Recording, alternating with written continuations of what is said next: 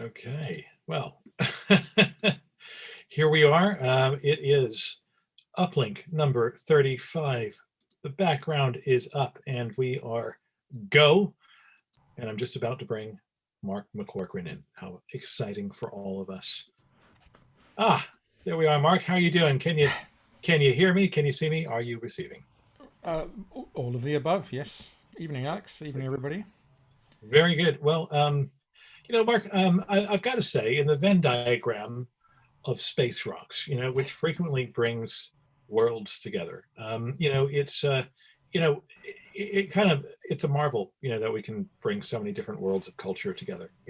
We've got music, we've got acting, science fiction, literature, art. Many areas covered. But I never really imagined that we would be bringing the worlds of psychology and illusion under the banner of space rocks as well someday. But now, the more that I think about it, the more and more it makes sense. I can't believe we didn't do it sooner.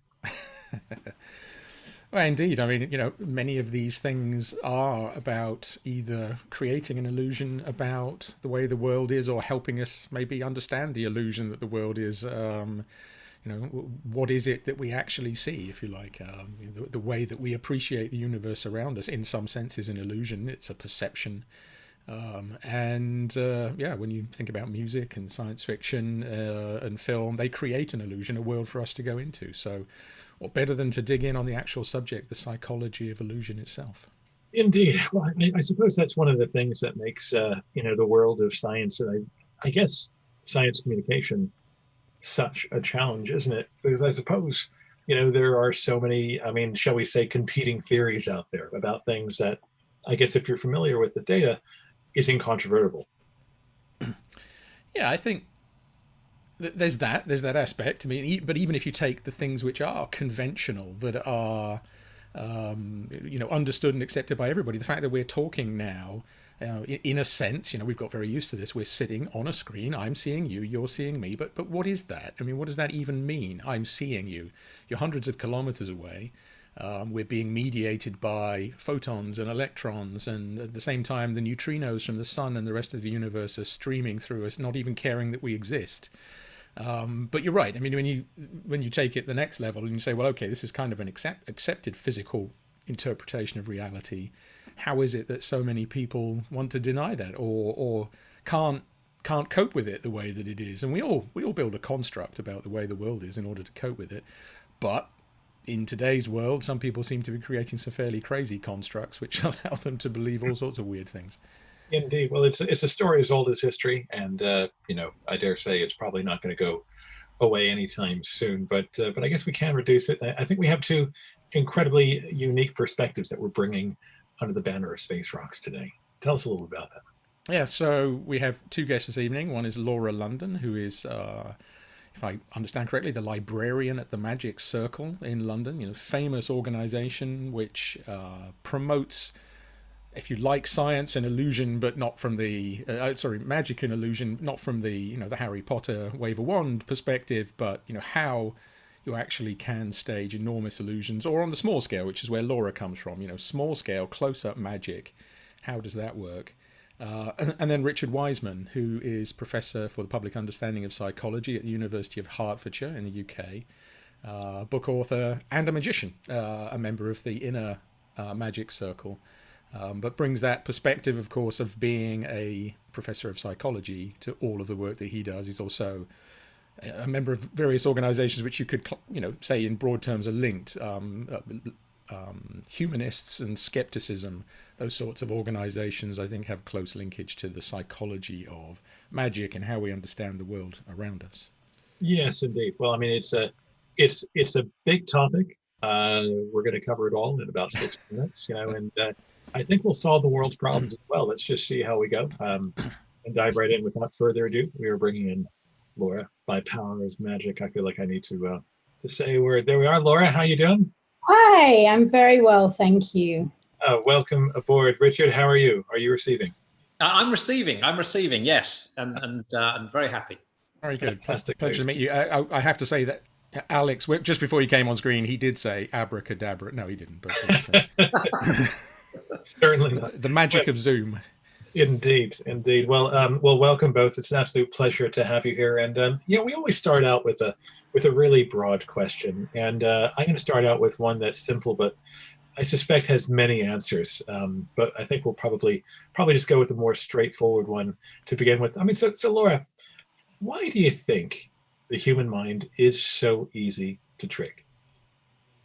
Don't think it is at all easy to trick. I think with magic and with misdirection and with what we do, for me, it's a form of entertainment, and we're able to through the use of magic. I think Richard is probably better equipped to answer the question on a more of a psychological, in a more psychological way. But for me, I don't think humans are easy to trick, but I do think that by uses of certain methods in what we do, we can, and it's fun.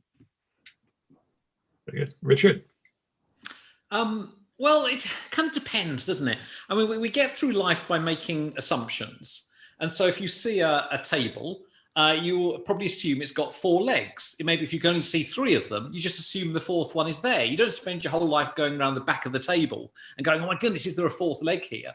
So we make assumptions, and that's what makes us really very effective in life. It also means that under certain circumstances, we can trip ourselves up when those assumptions turn out to be wrong. And that's what magicians exploit. That's what optical illusions exploit. And I have to say, I'm very impressed that Mark, you went with an illusion behind you there, the cafe wall illusion. It's an odd one actually, because it wasn't. It was discovered by Richard Gregory, a fantastic optical illusion researcher from Bristol, but he didn't invent it. He actually came across it. That is on a cafe wall in Bristol. It's still there. Yep. So delighted to see that behind you there. I should move out of the way just so that everybody can kind of get the idea, of course, and you can see my backdrop there. Yeah. The point being, of course, that everything's parallel there, and it just doesn't look it. And as you say, there's almost no way you can ever look at that thing and think, yeah, those lines are parallel, because the brain refuses to encompass that. I mean, I wonder if, because optical illusions is not something we're going to talk about this evening, but of course that's not a trick of the conscious brain as such. It's a trick of the unconscious brain, and because of the way that the human brain and the human eye have evolved to spot stripes in the jungle when tigers are coming to, or whatever it is, we're rather easily fooled that way. But we want to ask the question then, when we know that I walk into a room where there are magicians and illusionists, I know that you're going to trick me. So that's another level of conscious. I mean, I've gone to watch entertainment where you're going to do something which I don't believe is possible. And so it must double the effort that you have to go to, where, doing things where you're tricking people where they're not expecting it is one thing, not ever thinking about the 4th leg on the table. But you're in a room, you're in a theatre, you're in a bar, you're somewhere, and you say, I'm an illusionist, I'm about to fool you, and the people know you are. So how do you prepare people for that to then pull the 4th leg out from underneath them? I'm impressed that if there's a bunch of illusionists or magicians in the room, that you're prepared to walk in there. Most people go in the opposite direction. So I think, I've done a lot of work on psychics and seances. And so when you go along to a seance, if you're a believer, you're not looking for any trickery.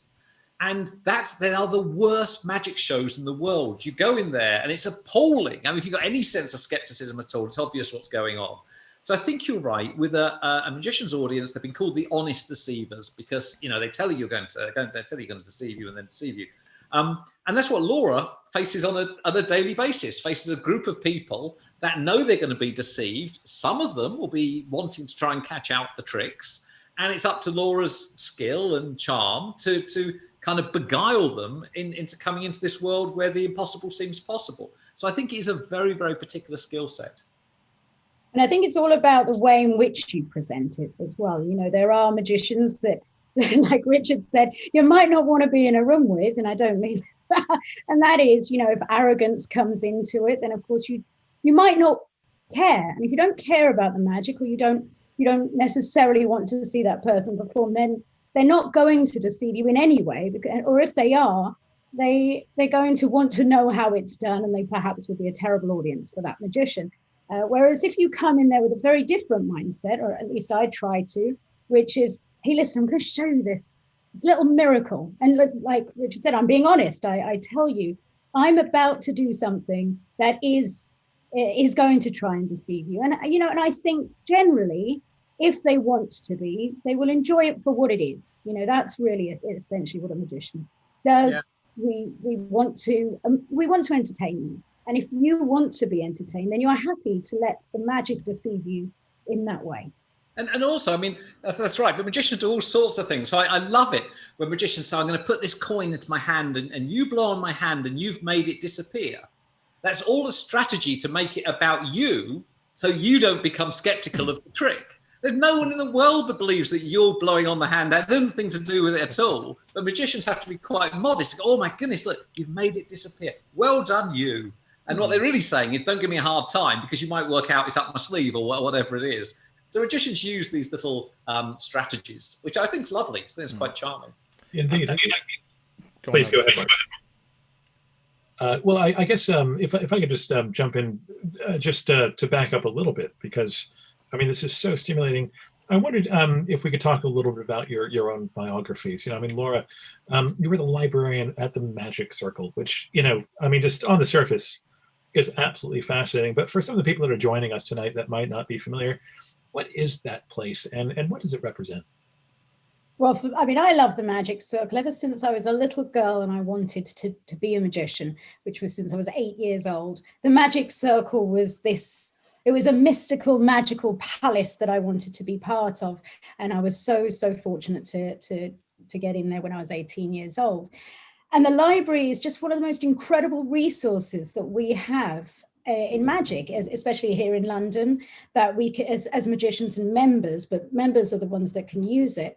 You can come in and we've got over 12,000 books on magic, you know, and that's not even including our magazines. And I mean, we have so many over Magic's history, so many different magazines, which have so many brilliant secrets and stories and interesting things in them. And when I saw that so they needed help, I jumped right in there, because what an amazing job to have, to be able to be surrounded by all this knowledge, these incredible books. And it's actually one of my favorite jobs, and it's one of the things I'm most missing during this last year, not being able to get in there and spend my time not only using it, but also helping others. You know, it's such a wonderful place. And we not only have, when non-members want to come in, such as researchers, you know, they can call us, and I find their topics fascinating. People writing thesis on stuff, people do, and not even just on magic. You know, people are coming in from all sides and different areas to research interesting things that I love to find out about myself. So yeah, it's a great job and it's a wonderful place. We have lectures, we have a beautiful theatre. In fact, Alex, you've been there, you saw my show. Not intentionally, actually, as it goes. It was quite a surprise to see you in the audience there. You didn't know I was there, but you saw how wonderful it is. We've got a brilliant museum and wonderful archives. Oh, it is. It's a fascinating place, and you know, I raise it not just because you know, of what it signifies culturally, and you know, the amount of esteemed performers who have, you know, walked through its doors over the years is really breathtaking, but also because I think it connects what we've begun the conversation with, you know, which is just this decision that people make when they walk into, you know, a performance space to be tricked, because they want to be, you know, entertained and so on. And you know, it seems that there's a system of ethics that underpins, you know, so much of that, you know, because it's like it's part of almost like a consenting agreement. I mean, you know, I grew up very familiar with the Amazing Randy, you know, for instance, you know, an incredible performer, but also driven by a desire to dispel and to discount people who, I guess, presented, you know, their illusions, you know, as something else, you know, as you know, something as a result of, you know, religious power or whatever else. And so I wondered, you know, how does the world of, you know, performance intersect with that system of ethics? You know, just wanting to make sure that everything is, I guess, a little more straightforward and not really trying to pull the actual wool over people's eyes. Should I answer the first Oh, part of yes. that? So yeah, I mean, I knew Randy very, very well and worked with him on many, many occasions because both of us had this interest in the paranormal, and I think you're right. So magicians, I get back to this honest deceivers. You know where you stand. They are fooling you to entertain you. when you get to psychics and mediums and faith healers, they're not telling you the truth. They're using sometimes the same techniques, but essentially to properly deceive you. And I think that's exactly the line there. And one of the reasons why magicians don't share their secrets, I mean, Laura said about the library at the Circle probably contains the secrets to most magic tricks in the world. The reason why magicians hold on to that and hide those secrets is actually for your own good, because when you find out how a magic trick is done, it's normally really simple. And you don't go, my goodness, how amazing. You go, oh my goodness, what an idiot I am for not figuring out how the trick's done. And I always think it's like a sort of balloon. You know, the magicians spend a long time blowing up this balloon, like a soap bubble. A soap bubble is a better example. You blow up this soap bubble. It takes a lot of work, and it's this beautiful thing. Only takes one moment to pop that, and the whole thing is gone. And that's why magicians hold on to their secrets. But then when people use those secrets in an unethical way, the mediums and the psychics, then people like Randy and so on, and myself to some extent, can expose that stuff. But it's done in such a way, hopefully, that it doesn't spoil the entertainment and the sort of wonder of magic, performance magic. So let me follow up on that, because that raises the interesting question whether the library and the access to the library is also about making sure that, in a sense, not everybody goes in there and takes a secret and then goes to use it to manipulate people. I'm interested in how you actually, do you screen, obviously you screen members of the Magic Circle, but how do you do that in such a way that you kind of prevent it becoming a resource for charlatanism? I mean, the building itself, to get into it, you have to be a member. You know, and the library is closed when it's open to non-members, say on other occasions anyway. So it's quite a safely guarded room, and we do monitor it, but we monitor it in a way where, if you're a member and you've taken the exam, you are now somebody that we consider a magician or somebody who's very into it, and we trust are going to keep the secret. And of course you can use our resources, you know, and the hope is that you keep those secrets safe. And for the most part, I think people do, because as Richard said, it's sort of, if you find out how the magic's done, it loses that wonder. So I think most people that love magic, perform magic, or are interested in magic like to keep those secrets. It's sort of something that belongs to them, you know. But to take a concrete example without naming names so I don't get myself sued. But, you know, when I was a kid growing up, there was a gentleman who used to appear regularly on television bending spoons. Now, which, and it was two layers of credulity there involved. I mean, you could accept it as a magic trick, and it's a clever one, it's a good one, it's an interesting one, I'm sure other people can do it. Or, as many people, and I remember as a kid, we were genuinely not quite aware whether this was genuine or not, right? Is this actually happening? Is this something paranormal? So that, I guess that's my other question is, you know, to what extent does that system of ethics, if you know, turn around to that gentleman and say, you are not part of our society because you're using it in a way which actually is dishonest. I mean, maybe dishonest is too strong a word. I mean, maybe if people lose money from those tricks, it is dishonest. Yeah, it's a tricky one. I mean, it's a good question about secrets. I think it's changed. I mean, I'm much younger than Laura. But I've just had a really hard life, basically. And no, I'm obviously older than Laura. And so in my day, you joined a local magic club, and then you were trusted with a few secrets. And if you kept those secrets, you were given a few more secrets. And then eventually, as I did when I was 18 and 19, you get to join the Magic Circle. And as Laura says, you have access to lots of secrets. So there was that slow working up. I'm not saying that's quite the case today, because the internet has put a lot of magic secrets out there. And let's be honest, most of them are out there, actually. If you know the right things to Google, you can probably find the answer to most secrets. It will ruin a magic show for you. There's no point in doing it. And as I say, those secrets normally are like, you know, a little piece of metal that's twisted in a certain way. And you go, oh, is that all there is to it? And you go, yeah, but it takes 10 years to find out how to use that to fool somebody. And to get back to your question about psychics, the Magic Circle is for entertainment magicians. And so if you were working as a psychic or a medium and claiming and doing tricks and claiming very explicitly that this was genuinely psychic or paranormal, I don't think you'd be very welcome there. There is a grey area called bizarre magic, where you're not quite certain what's going on, mystery magic and so on, but that's about ambiguity. I think if you make a very direct claim that you have psychic powers and you're using magic tricks, I think magicians have a way of socially policing these things. And I think, as I say, probably fair to say you wouldn't be especially welcomed. I mean, for me, just, to make a parallel and broaden things out a little bit, there are various fields of science and technology where we all hold to a similar kind of code, right? I mean, we're all searching for answers to questions which aren't yet answered. I mean, that's what science is. It's not about telling you what the answers are. It's more about explaining the questions about the things we don't know and how we're going about trying to solve those things. But it happens occasionally that people take shortcuts, and they may indeed say, well, look, I need to make a living here. I want to have a career. It's rare, but there is dishonesty in science. And, again, that sort of ethical boundary is, how do you allow that to not allow the dishonesty part, but how do you inculcate a set of ethics in a community of people that kind of stretching it too far is frowned upon? I mean, that's fraud in that case.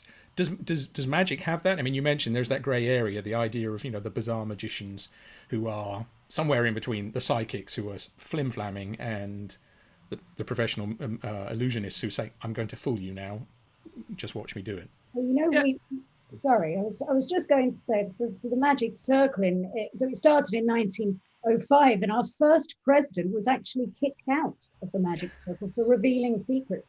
So, there is an element of, we do hold to a certain degree our own ethics, that if you are a member, whether you're the president or not, when you do something like that, you have people have been kicked out and brought back in. But our first president, David Devant, of course, he was a brilliant magician. It's a mad and crazy thing to even think that he was asked to leave, but he was, based on that.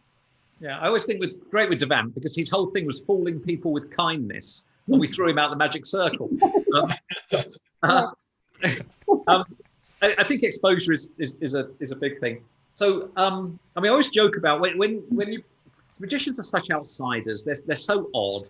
And so what they've done, they don't fit into the real world. And so they've formed their own little eco community, their own little world. And I always joke that when you go into that world, if you're passionate about magic, as Laura and I am, you actually join a family, and it's the only family in the world which is more dysfunctional than your actual family. And somehow this dysfunctional bunch of weird people, let's be honest, who are passionate about this strange thing that most people don't care about, somehow police themselves and actually do it fairly effectively. And if you love magic, if you're passionate about it, why would you want to spoil the fun for everyone? Why would you want to do something that mean-spirited? So thankfully, the question doesn't come up very much. And when it does, normally it's a little bit unpleasant, but it's not the side of the circle or the magic community that I would really embrace. The fun is actually the companionship and the togetherness. I mean, during the pandemic, the circle have been fantastic online. There's a huge sense of community, everybody being in contact with one another, checking they're okay. So it is a fantastic community. And also outside of that, you can travel all around the world, no matter where you are, in some remote place. And I have done many occasions for gigs and for work, and you can find those magicians and they will show you around. I mean, I've been to places I didn't know anyone, and it's a lonely job performing as a magician, if you're a close-up magician or a speaker or whatever, as in a lot of entertainment. And so it is a community where you can find people that you might not know, and they'll show you around the city, and they are so kind, or they can be. And that's something I think that isn't in most performing arts, which is incredible.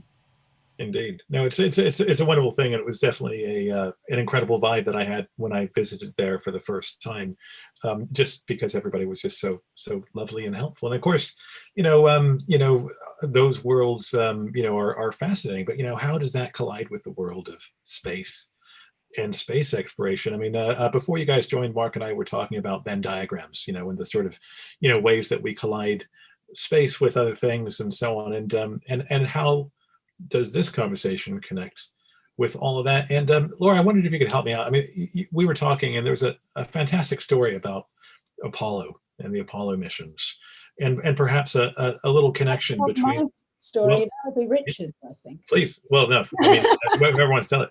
About an actual, a really obvious case, where the Apollo program intersected with the world of magic and illusion. And it's not a story that I've heard before. Are we talking about the Fogel story? I suppose we are. So the Fogel story is Yuri Gagarin goes around the world, and at the time there's this British mentalist, mind reader, Maurice Fogel, and he realizes there's publicity to be had in announcing that he is going to be the first British astronaut to go around the world. And whereas obviously the Soviet attempt involved quite a lot of technology, his was a bit more straightforward. It was basically a cardboard box that he had built, sort of an illusion, if you like, built and designed, and he launched himself from a holiday park in Bognor Regis. So it wasn't quite the prestigious launch the Soviets had. And so he said he was going to do this. He climbed into the box. They set fire to some fuses. The box kind of vanished in amongst flames and smoke. And then there was a sort of broadcaster going, oh my goodness, Morris is going around the world. He's gone around a second time and a third time, and now he's landed. And then he drove back into the holiday park with a police escort. And so he did manage to get quite a lot of local press. Obviously, the Soviet launch was, got a little bit more press, it has to be said, than Morris. But he did get a little bit of local press. So that was good. And there's a bit of overlap there. The other overlap is quite an odd one, which is when I was, we'll perhaps talk about this a bit later on, but the book I've written is about the psychology behind going to the moon. And one of the people I interviewed for that was Dixie Reinhardt. Now, Dixie Reinhardt was an inventor who helped to design the gloves that the first people on the moon, Armstrong and so on, Aldrin, were wearing. And what's interesting about Dixie Reinhardt is that he used to work as a professional clown. And so I'm glad he did the gloves and not the boots, because they would be much bigger. Well, they're not far off, really. Also, when he stopped doing the work on Apollo, he started to design pinball machines. And he designed the only sort of 3D pinball machine in the world. So he's a fantastic guy. And I got to interview him. Unfortunately, he's passed away. But fantastic guy. Amazing interview. Incredibly creative. It's great. So there are links. So I will have to go back, next time we see Helen Sharman and Tim Peake, we have to say they were actually the second and third British astronauts in space, not the first and second. There's a story which has to be told again, but the man in the cardboard box in Bognor Regis, Tim, I'm sorry, I'm sorry. Well, please. Oh, sorry. So I remember when I saw the talk that you did, Richard, and my memory on this might be a little fuzzy. But were you saying something about when the ship landed, that there was some sort of problem on the ship and some sort of deceptive method was used to fix it? Yeah, it wasn't deceptive. It was amazing. Yeah, okay, that's I think what I was trying to tell Alex when we last met. I mean, there was this thing, and it's this wonderful story. It was amazing. But it's definitely better you telling it, obviously. Pick the tree and what comes down. It's great. We've got the Fogel story anyway. So that was about flexible thinking. So on the way out of the lunar lander, allegedly they turned around with the backpacks on and broke off one of the switches. And it's the switch that you need to push to arm the rockets to get off the moon. And the problem is that to make the lunar lander as light as possible, there's no tools on board. And so now they've got this real problem to fix, and the mission controllers are trying to fix it, and so on. And the story, and I believe it's true as far as I can work out, is Buzz Aldrin realizes that the felt tip pen that he has is exactly the right size to push in to arm the rockets to get off the moon. And that's what he ends up doing. Yeah, it is a genuine story. Yeah. Which is phenomenal. I mean, all that money, 400,000 people, all this thing that comes down to a felt tip pen. And I mean, I would have been panicking a little bit. Obviously, he's got a cool head, but it feels very much like magic thinking in a sense. That's how magicians see the world. They don't see it as a pen, they see it as something that you can do stuff with. And I know there are other examples as well. They use the laminated maps in various ways. Yeah. So that kind of flexibility is kind of very much in the DNA of magic, I think. I went on tour with Buzz a few years ago. We did a tour in Australia, a big public tour, big audiences for Buzz. I mean, and the rest of us were along for the ride. It was great. But he told that story every night in every audience. And he must have told that story more or less every second night for 50 years. And I just wonder how bored he is. I stuck a pen in there. Get over it. It's all right. I mean, at the moment, of course, it was something very special. But 50 years on, I'm sure but he tells it. And he's willing. And so it is a true story. Yeah.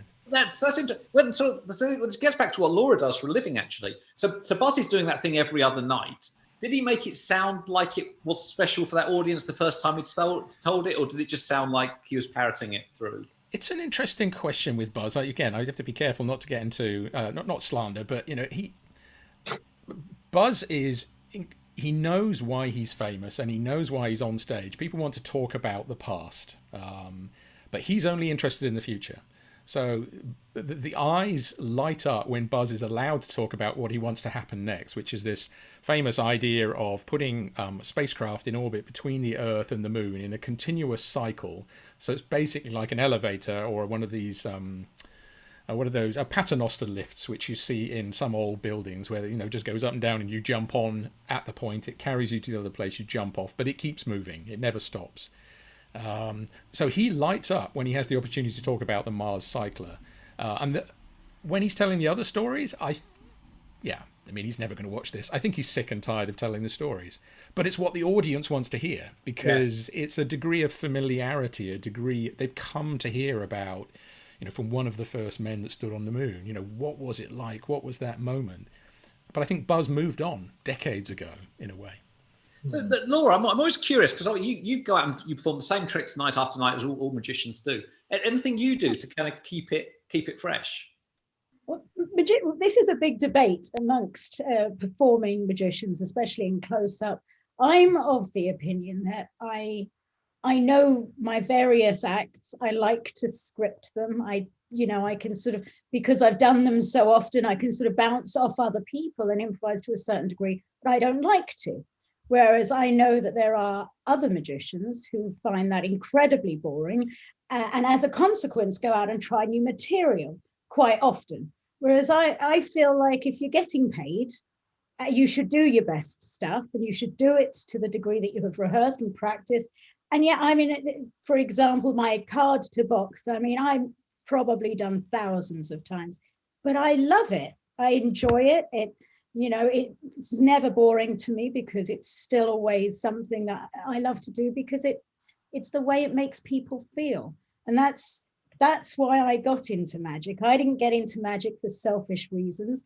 I got into magic actually when I was very young because I had ADHD. I have ADHD, although I don't suffer from it now. But when I was a kid, I was bouncing off the walls.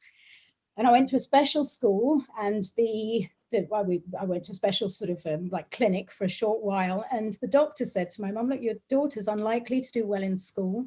She's probably going to struggle holding down what he called a proper job. But if she's into anything creative, it should be encouraged. And, I saw a magician. I went, I want to do that. But the reason I wanted to do it, I remember the magician, he was performing a trick called the Run Rabbit Run, which is this little sort of wooden contraption. And you have a rabbit and a bit like that sort of idea of he's behind you, that sort of panto thing, the magician will look away and the rabbit's there and the kids will go, he's there, and then he disappears. And I actually sort of worked out how it was done because I always sort of had that kind of mind. I was always thinking, and I remember looking around the room and thinking that this little contraption is bringing so much joy to everyone around me. And when my mum came to pick me up, and she remembers it very clearly, I said, that was the first day I said, Mum, I want to be a magician because I want to make people feel that way. And I think if you are that kind of person that goes into it, then doing the same thing over and over again, repeating the same thing, knowing that what you're doing works because it works well, you've practiced it and rehearsed it, it can never be boring because every reaction is different. And also every person is seeing it for the first time, even if you are not. And you're doing close-up magic a lot of the time, so you're very, very close. I actually interviewed quite a famous Vegas magician, I probably shouldn't name, and I said to him, "You're doing the same thing every night on stage. You've been doing it for 20 years and so on. How do you keep it fresh?" And he came up with this amazing sort of story. He said, "Every night I stand in the wings and I think to myself, and this is the absolute truth, one day I'll be too old to do this, or no one will come and see me. I'll be out of fashion, or maybe I'll just be too ill or something, whatever." And he said, "I let that thought sink in. And then I think, it's not tonight though." And I walk out and I do the show. So it's a lovely idea to kind of keep it fresh and energetic. I think that's applicable. Next time I give a public talk, I'll definitely have that one. It's great, yeah. Exactly. It's what I do. I don't perform magic like Laura now, but I give lots of talks, and it's exactly the techniques. You know what it's like if you've got a 50-minute talk to do, and it's the sort of third time that week you've done it. It's hard to keep that energy and passion going. So that's a little tip that I use. Yeah. Although I think I agree with Laura completely. I mean, in that context where you are repeating something, it's that people in the room have not seen it before, not heard it before. And you know, often I wonder if it's different between sort of large-scale illusionists and close-up magic, where there's a much more intimate relationship. I mean, I would try to pick somebody out in the front row and just watch them. You know, but if they fall asleep, then maybe the person next to them. You know, try to identify one person and see their eyes going up and down as you say things. You can't watch the whole room. You can't do that. But that person is reacting to something you know very well, but they've just heard it probably for the first time. And I think that's, that for me certainly helps make a connection. I tell you what I find amazing about giving talks, and I suspect giving shows as well, is you have an audience of 300, 500, 1,000, whatever it is, and the speed at which they become one person is phenomenal. And that one person, they somehow all got together and decide to laugh at certain jokes and not others. And they decided to respond in a certain way and not respond like this, like the last lot did. And it's like they've all got together and decided it in advance, but they didn't. I'm always amazed at the way they gel. And so you are talking to one person after 30, 45 seconds. It's amazing. Yeah. Indeed. Well, I mean, one area that we haven't jumped into too deeply yet, of course, we've talked a lot about the world's of illusion, the ethics connected with that and so on. And of course, Richard, your background in research psychology is all about this, isn't it? I mean, just the I guess the power of mind, it's unique, you could say, quirky, qualities and so on. And you've written a book all about how the Apollo missions intersect with, I guess, attitudes, outlooks, and how we can apply learnings from all that to how we conduct our lives. I mean, tell us a little bit about that, because we've just been talking about the moon. It feels almost like we planned this segue. Thank you. Very beautifully done. Yes, I got, like Laura, I got into magic when I was about 8 years old. I've done something special about the age when you're 8. And I read that good magicians should be likable. And so I read a book by Dale Carnegie called How to Win Friends and Influence People, which is still one of the greatest self-help books ever. It pains me to say it as a self-help author. So I got into psychology because of that. And I'm particularly interested in how people achieve a positive mindset, how they are happy, how they do incredible things with their lives. And I've sort of written various books about that. And then a couple of years ago, I was talking to Helen Keane, who's a comedian and has done space shows on the radio and so on. She's a Space Rocks alumni, so yeah. There we go. And we're talking about getting to the moon, and we're talking about the technology, as everyone does. And I said, well, what about the mindset that got us to the moon? Who's done any work on that? And she said, I don't think anyone has, but you need to talk to the mission controllers that sat at the heart of Apollo 11. I said, how would I do that? And she put me in touch with Craig Scott, who's at the time was a sort of welder in Wales who befriended the mission controllers. He was kind enough to put me in touch with them.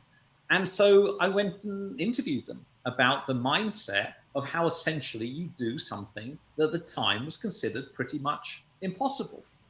And it was, a kind of incredible group because they were very humble for the most part, and also had amazing team spirit.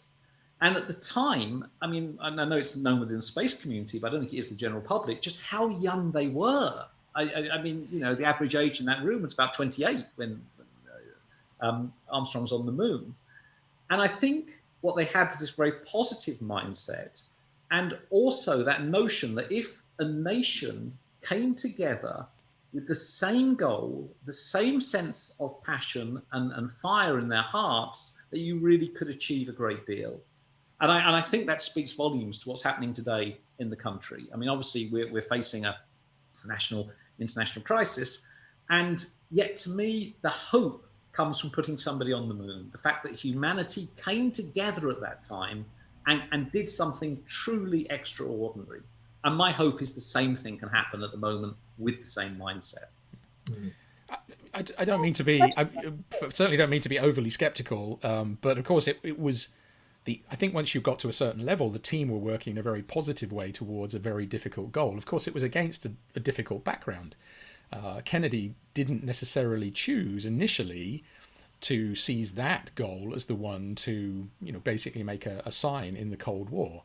I mean, there were other ideas that were floated around, such as eradicating poverty and eradicating disease. And so it was an interesting one in a sort of a geopolitical sense that was the one that was chosen. Because you say when humanity came together, of course, it wasn't really. It was the United States versus the Soviet Union, and there was a real race at that point. Now, but so you spoke to the people that were working in at the time. Did they have that in their minds, or were they, the kind of we've got to do it quickly because we've got to beat those bad people, or was it very much from the positive spirit of by coming together we can make this happen? It was very interesting. So I thought there might be some of that, essentially the arms race going on, space race. Absolutely not. They said we wanted to do it because everyone told us it was impossible, and that as Jerry Bostic said, we were so young we didn't know it couldn't be done. It's a great mantra. And they said, we just wanted to do something that would leave our mark on history. And I think you're right. But I think when Armstrong's on the moon, I think there is a sense of humanity coming together. I think everyone was supportive. We had that single vision.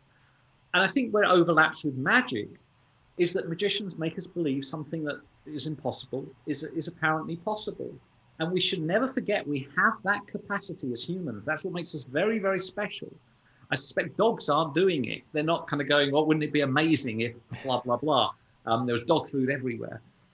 Humans can do it. They can dream big, and then they can dig deep and find the ability to do these impossible things. And right now, I think that's the mindset we need. And magic does it. I think putting somebody on the moon does it.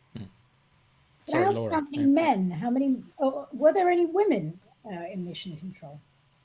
Well, in the actual, so it's complicated is the answer. You have 400,000 people involved in the but I mean involved in that room. Well, for Apollo 11, no, it's a very male-dominated space, and I think that's very much a sign of the times, and it wouldn't be like that now.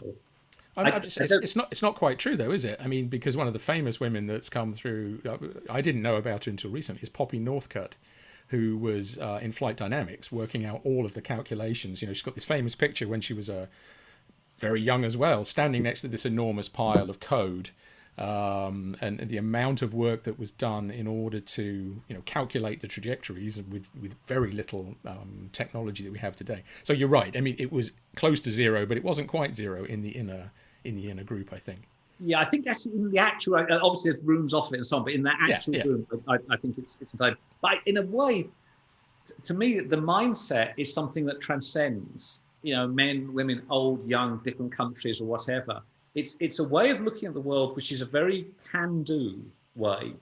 And lots of the mission controllers were from rural backgrounds. They're the first in their families to go to university. So these were not high flyers in that sense. They were quite ordinary people. And when I spoke to one of the journalists who was embedded with them, I said, what's the most extraordinary thing about this group? And he said how ordinary they all were. They're quite different to the astronauts, who were very highly selected and so on. These were ordinary people doing something extraordinary. And I think we've lost that spirit somewhere along the way. I think it'd be lovely to get it back. Well, it's been said once or twice, or maybe I could count at least 50 times, in the course of Uplink and Space Rocks. In a lot of space exploration, it's one of the very few times that we refer to ourselves as a species. If it's the moonshot or more recently landing on a comet or any of these things, it's something that we collectively claim credit for. And it's very rare that you see things like that where we refer to ourselves as humans having done that.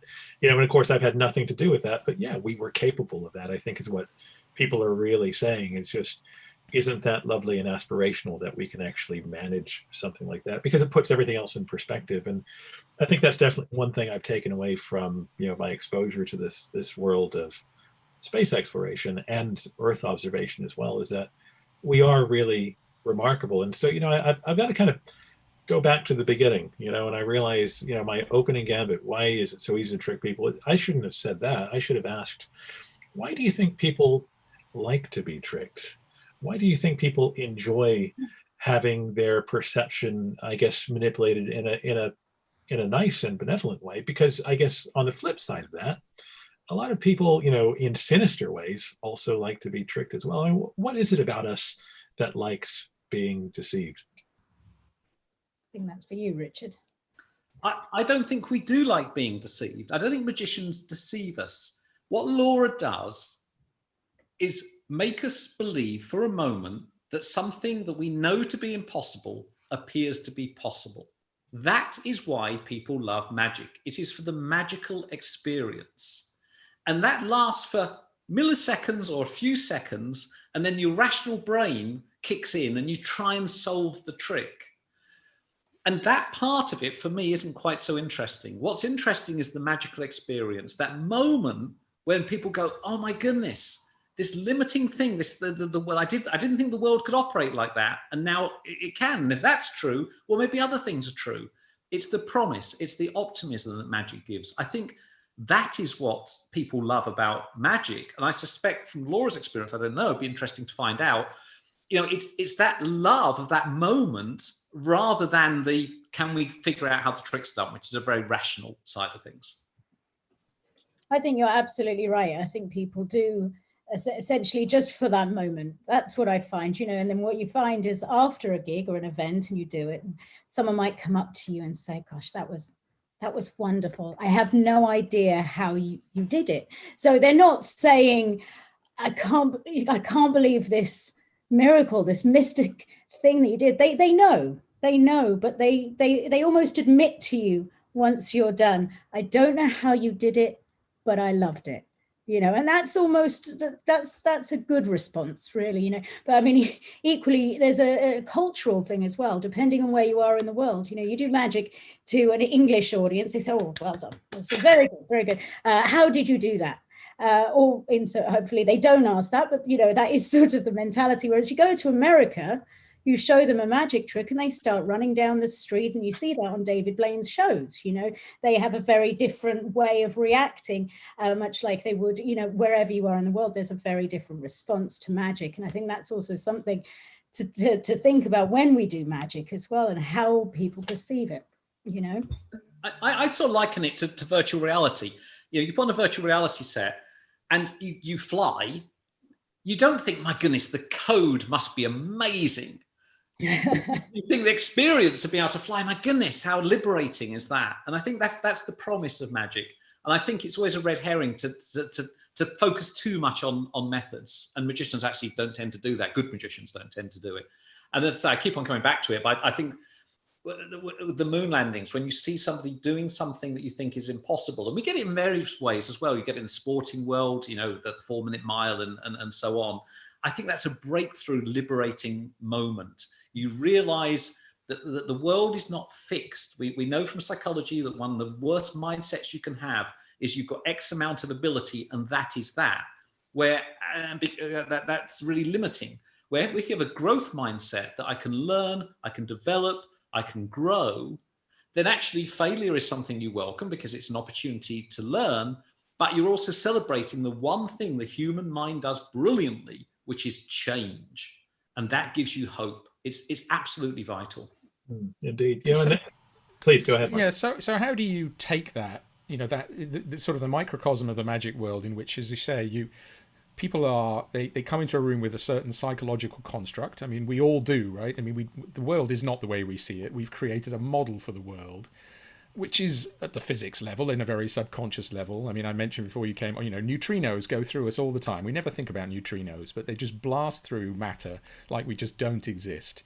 You know, what are photons? What are electrons? We don't ask these questions. We accept our interpretation of reality, which might be different for an insect or a dog, which you mentioned before, or for a pulsar. A pulsar experiences the universe in a very different way to the way we do. I mean, but then you tweak that psychology and you say, let me undermine you for the purpose of a positive experience, if I might, you know, put it that way. But then you mentioned this idea of solving giant challenges. How do I go to the moon? How do I create an environment in which that's seen as a positive? It's very difficult. It's going to be challenged. It's going to be lots of late nights. It's going to be hard. And there's danger. It could end in failure, and we could end up being responsible for killing people. You know, why take the risk? How do we now translate that into a positive approach to the problems which face the Earth, whether it be coronavirus? And we see that a lot of people just don't want to know. They're just saying, you know, I cannot engage with this in a positive way. I'm just going to deny it exists, which doesn't exactly help.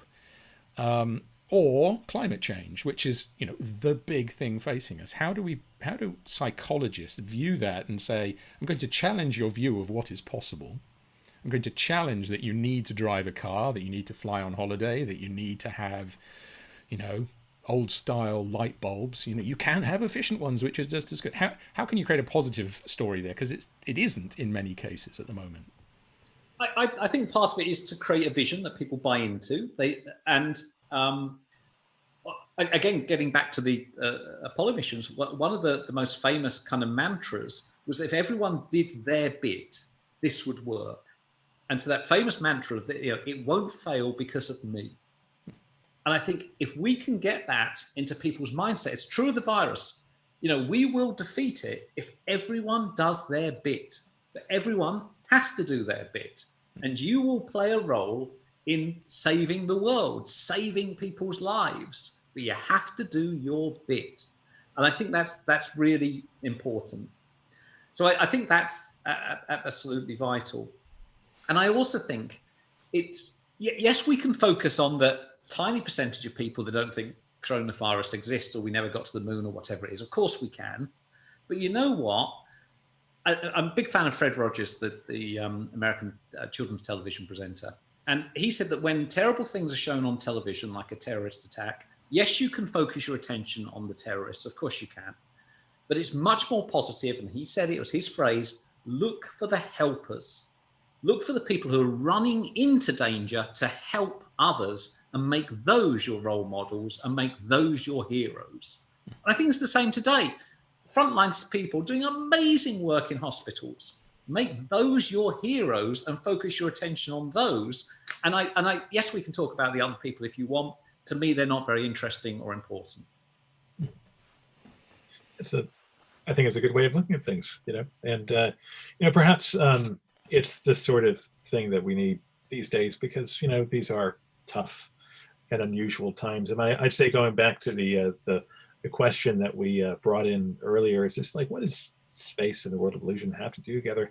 I would say they're, you know, space exploration and illusion, they're the only two instances in which a rational mind can experience wonder. You know, music does the same things as well.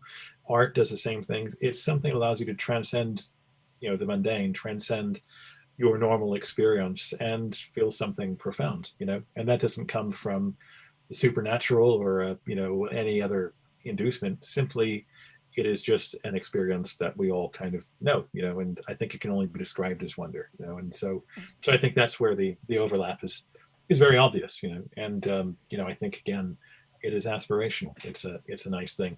I have to apologize, by the way, if it looks like I'm shivering or uncomfortable, it's because my cat needed immediate attention. So I've just sort of been just looking at myself and they're just swimming in and out. You know? He's just listening to what we're saying here and say, you people don't understand the world at all. I'm a cat. Let me tell you how it really is. My cat. I find that space, I mean, it really is the most magical. When I'm in a taxi and the taxi driver says, what do you do for a living? You know, when they try and start a conversation, I often lie because I don't want, the moment you say you're a magician, then it ends up becoming a whole topic that you end up spending however long that drive is discussing. But the occasions that I have, sometimes I have found people say, oh my gosh, is it real? Because people do, especially if they haven't seen it, there is an element of of people. Well, there's people do believe in real magic. And my answer is always not what I do. I can tell you that I don't. I do sleight of hand. I practice, and and I'm honest. And I'm honest even within my show. I always tell you that what I'm doing is sleight of hand. But then when they say, well, what is magic? I always say, I think we're magic. I think it blows my mind since I was a little girl. That's what I've always loved about space. And, I remember the first time hearing about the men walking on the moon. And I used to look up at it and think, gosh, that's the most incredible thing. And for me, that's magic. The fact that the Earth is just sort of there in this incredible universe. So I think magic exists, but to me, it's in that sort of respect. It's us, and I think what we can do is extraordinary. And going into space and the current potential mission to Mars, and all of those things are the most incredible magical things I could even think about. If I was to think of one thing, that would be it. Very well said. Yeah, I think what's interesting about this is also that the taxi driver test, if you like. I experience that all the time. They ask me what I do, and I've never had it happen to me. So, oh, it didn't happen. We didn't go to the moon or anything else. It's a genuine level of engagement, and almost it's a private 15-minute audience. I'd say it sounds too posh, but they can ask a question that they might not either have an avenue to ask otherwise. They're in a big audience, they can sit and listen to a talk, but not everybody gets to ask a question. But it's also an intimate environment where they can, in a box, nobody's watching them, nobody's, thinking they're an idiot for asking a silly question. So it brings me to the thing about the conspiracy theory. So it must have been a year and a half ago or so, at the Science Museum, there was a panel debate with Dallas Campbell, who is a science broadcaster in the UK, documentary maker, and has worked with us on Space Rocks. And it was the whole discussion was about conspiracy theory. So, why are people susceptible to believing things which are, the cognitive dissonance issue, things that are not true, and you can't, how do you hold those two things to be two things which cannot work together? How can you hold them together in your mind? And there was a lady in the audience who knew that she was surrounded by people who did not believe in conspiracy theories. And she very timidly, but in fact very bravely, asked the question, well, I've always wondered, why did the flag on the moon wave if there's no air on the moon? Now, there is an easy answer to that. It was moving around, the astronauts nudged it, and then later on the rocket blasted it as it took off. But for me, that was very interesting because people don't often get to ask the questions about the things which we assume, those of us in the field, assume are obvious. So I wonder, to ask both of you, from your experience, again, with working with audiences or with the public, how can we open up more of a debate to allow people to ask questions which might sound stupid, where they might be embarrassed to ask, but in fact are fundamental to building an underpinning, to sort of allow them to bolster their own sense of self-confidence. Oh, I see. Now I understand that. I can see how this works as well and how that works. So I'm not going to shove the whole of reality off because it embarrasses me, but now I'm going to kind of accept reality. You have anything you think about that in how we can more positively engage? Well, I think one thing that we shouldn't do is start labeling people and calling them idiots, because if there's one thing that's going to really cement people's sense of self-identity, it's when they get attacked by other people. So I think we need to be far more open, and I like the idea of bringing people together rather than pushing them away. I think it's also to realize that people don't just have beliefs or self-identity. It's part of a social system. So, I'm into magic, and that means I'm part of a magic community. And so if you're going to take that away from me, well, you're taking me away from that community as well. And lots of the conspiracy theorists are part of a community. And so if you're going to move them away, you better move them to an equally welcoming community. I think that's key to it. And I think early factual stuff, which is what you're talking about there, getting it in early into education systems so that when the questions are asked, you're vaccinated against that question because you've already had the facts. Is helpful as well. So I think that's where I would go with it.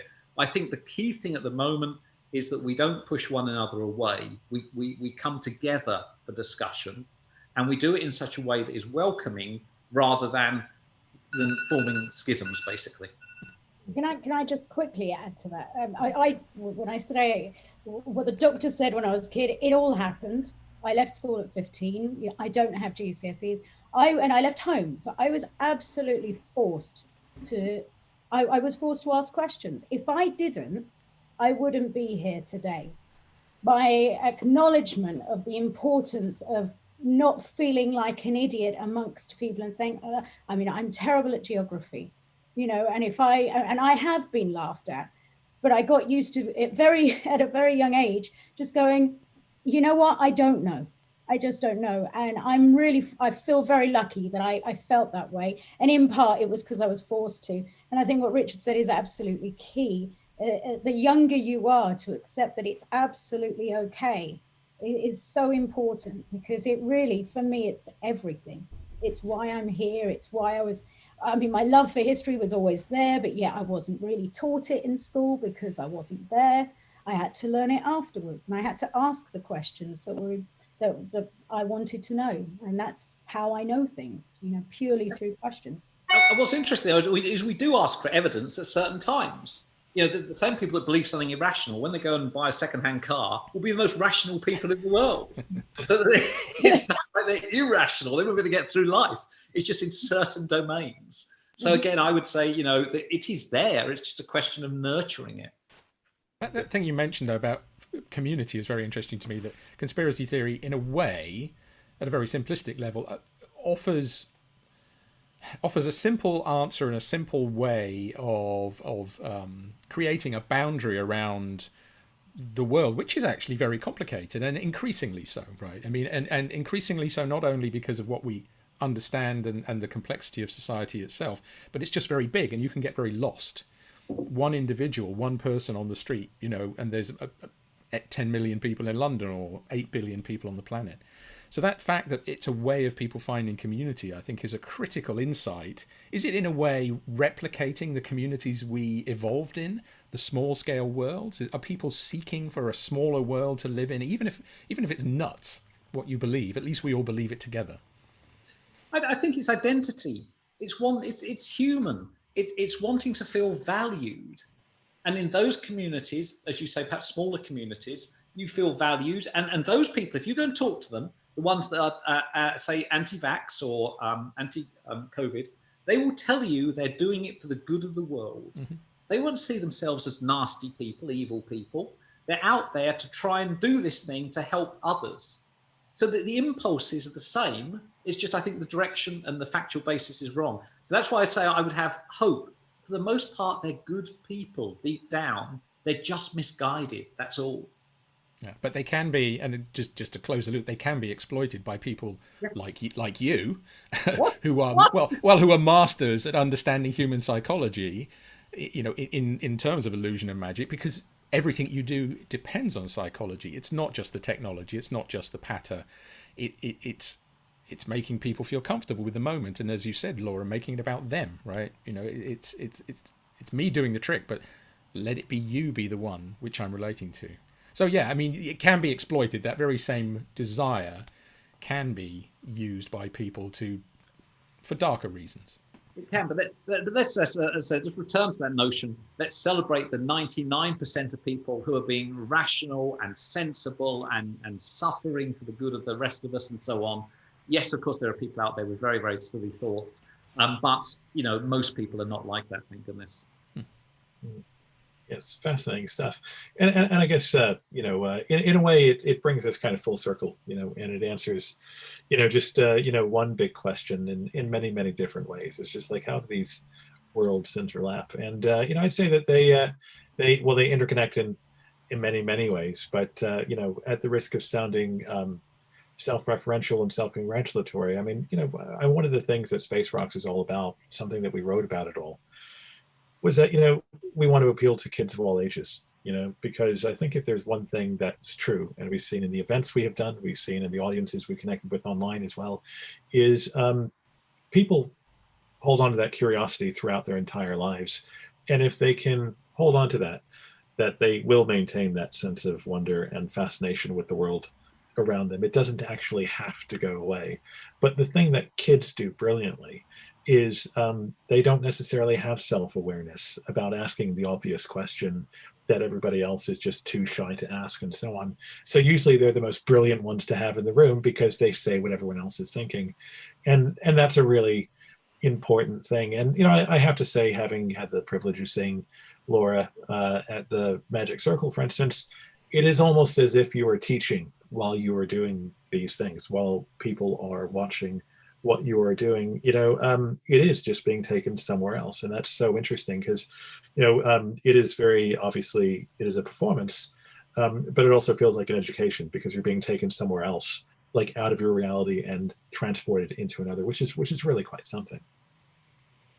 I just wanted to pick up on, because you both mentioned that you've gone into magic at the age of 8, and I think, you know, picking up what Alex said, I think it's probably no surprise, because that's kind of an age when kids are beginning to develop, or have already developed, a pretty strong sense of self-awareness and awareness of what the world is, but they're willing to accept that they don't know everything at all. And so they're willing to be taken away by wonder, whether it's, you know, reading a Harry Potter book, but being grounded at the same time, not getting so lost in that, most people, that they think that's a real world. So they look at your magic, or you saw magic and said, well, that's crazy, that's insane, but, you know, I want to know how it's done. They probably didn't think you were fooling them. So there was that moment where you could fool a baby easy. The baby thinks it's real, but the baby's not going to ask questions. Whereas an adult will say, well, it's just magic, I'm bored with that. So that's probably that absolutely perfect age for getting somebody, but then getting them to be curious about how to do it. So there's a thing for the next time you meet some of your friends, ask, when did you get interested in magic? And see if there's a nice peak somewhere around the age of 8, 9 or 10. Wouldn't surprise me. I genuinely no. Oh, sorry, Richard. I was going to say, I think there will be. And there's also that old adage, the kind of kid who says, when I grow up, I want to be a magician. And the magician said, well, you can't do both. And so thankfully, most magicians decide to be magicians and not grow up.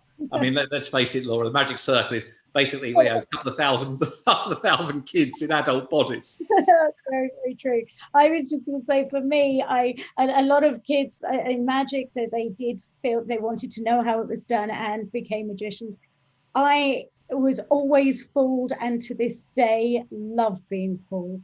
I never ask how a trick is done if I don't intend to either want to do it, perform it. You know, I mean, of course, my knowledge means that in some, I might just know anyway. I might be able to work it out just by the knowledge of certain methods. However, if I'm fooled and I don't want to do that, I love it. It's one of the best things. And I think more magicians actually should see magic how our audience sees it. Because if they do, they get to feel that sense of wonder. I mean, that's why I got into it, and I never want to lose it. And I really hope that that's something that, you know, some young magicians still hold on to, because it's very, very important, you know, to have that sense of wonder. Well, it's fascinating that you say that, Laura, because this is something that I'm frequently exposed to, because I sit in the middle of all of this. I have no qualification to be having a conversation with any of you. I just simply I have to be operating the Zoom chat, right? But this is something that, you know, I frequently speak with Mark about, you know, very much in the same way, because, you know, you're talking to research scientists, engineers, people who are doing things that from the outside are absolutely extraordinary. You know, I mean, just, I am that cab driver going like, whoa, you know, but because it is just like the day-to-day routine, et cetera, you know, many of these missions last for years and years, you know, people are close to it, and they're not thinking about it in those terms. You know, and it's just like, gosh, I wish you could see it from the outside, you know, because that is what pulls me in. And I guess we all need to step out of ourselves sometimes and just, see it as if we're witnessing it for the first time.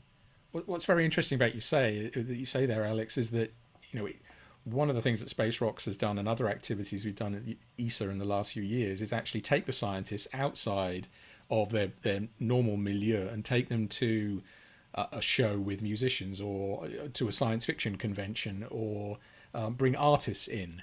And to begin with, you know, sometimes some of the scientists accept it immediately for what it is, but some say, well, sorry, why do I have an artist in my office? You know, what's the point of this? A couple of weeks later, they'll come back and say, you know what, that caused me to look at my work in a completely different way.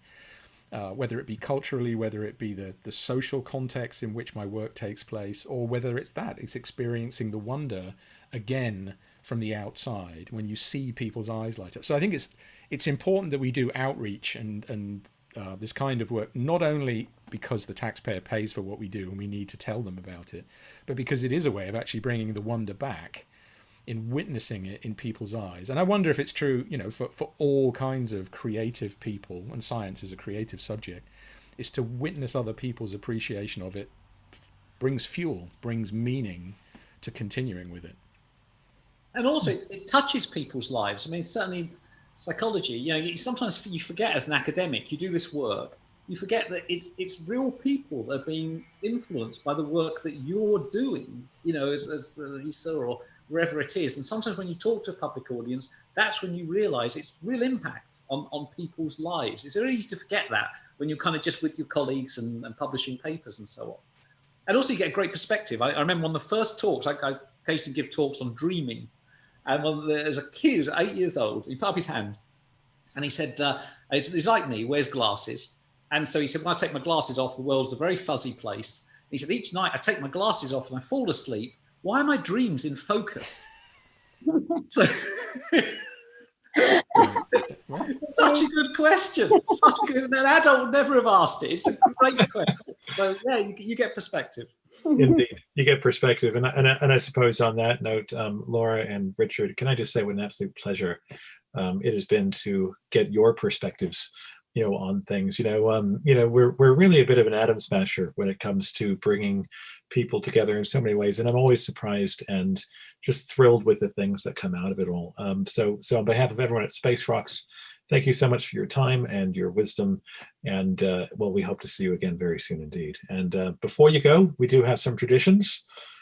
Indeed, yeah. Well, it works for some audiences, but it's something we do always at the end. So we have a hand signal. I'm sure the magic circle has a secret handshake. I'm sure it does, but ours is a little more public. So ours comprises the Vulcan salute, which is for space, live long and prosper, and the horns for rocks. Yes. Oh, yeah. You see, practice people, no problem whatsoever. So many people come on here, but you people use your hands for a living. So thank you very much for joining us this evening. It's been a great pleasure, and hopefully we can meet you in real life. Indeed. When we get our show back on the road, we'd love to have you along to share with the audience. Absolutely. Thank you so much. Thank you for inviting us. Thank you. All right. Well. Bye for now. Bye. Bye. Very well, Mark. Well, gosh, what a stimulating conversation. That kind of blew my mind. I guess I've got to say I speak with a certain advantage because I've actually seen Laura's show, and it really is something else. And I feel like I've got to go and pick up that book as well, because I guess a dose of positivity is no bad thing these days. Yeah, completely. I mean, and I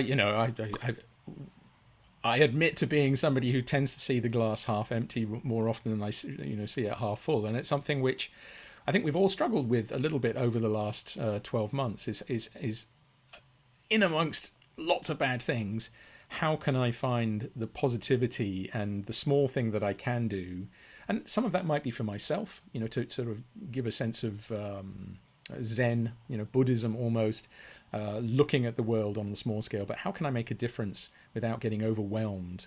So absolutely, I think Richard's approach and Richard's recommendations that we seek the positives and identify and focus on them and not the negatives is something which is a lesson we all need to learn.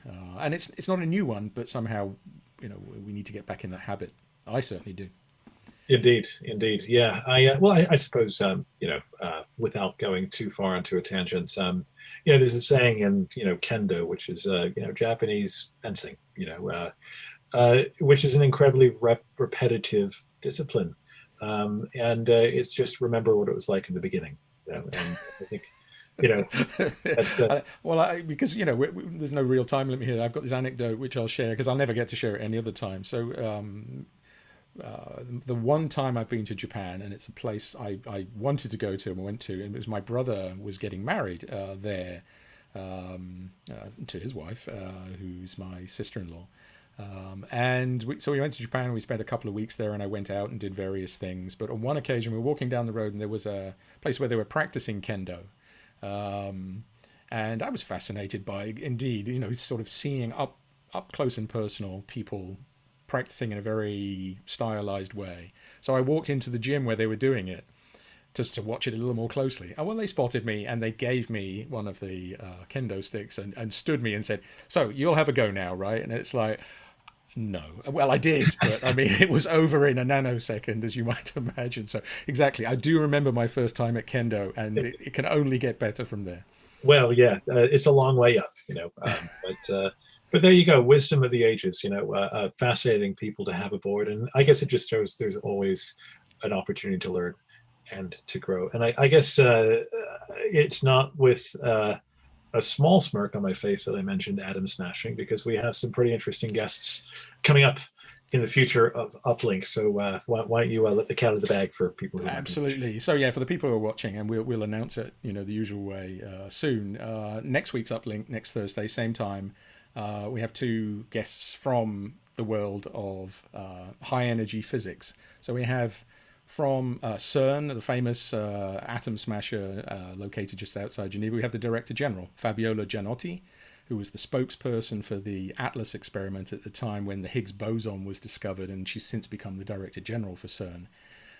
So that's kind of, if you like, fundamental physics at the high energy end. And then alongside Fabiola, we'll have Tony Donnet, who is the program manager for Eurofusion.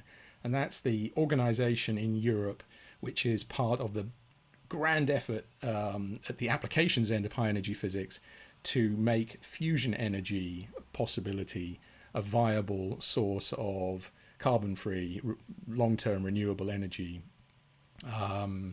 using the power of the inside of the sun to create plentiful electrical energy. So, fantastic mix. I think they're from the fundamental side to the applied side.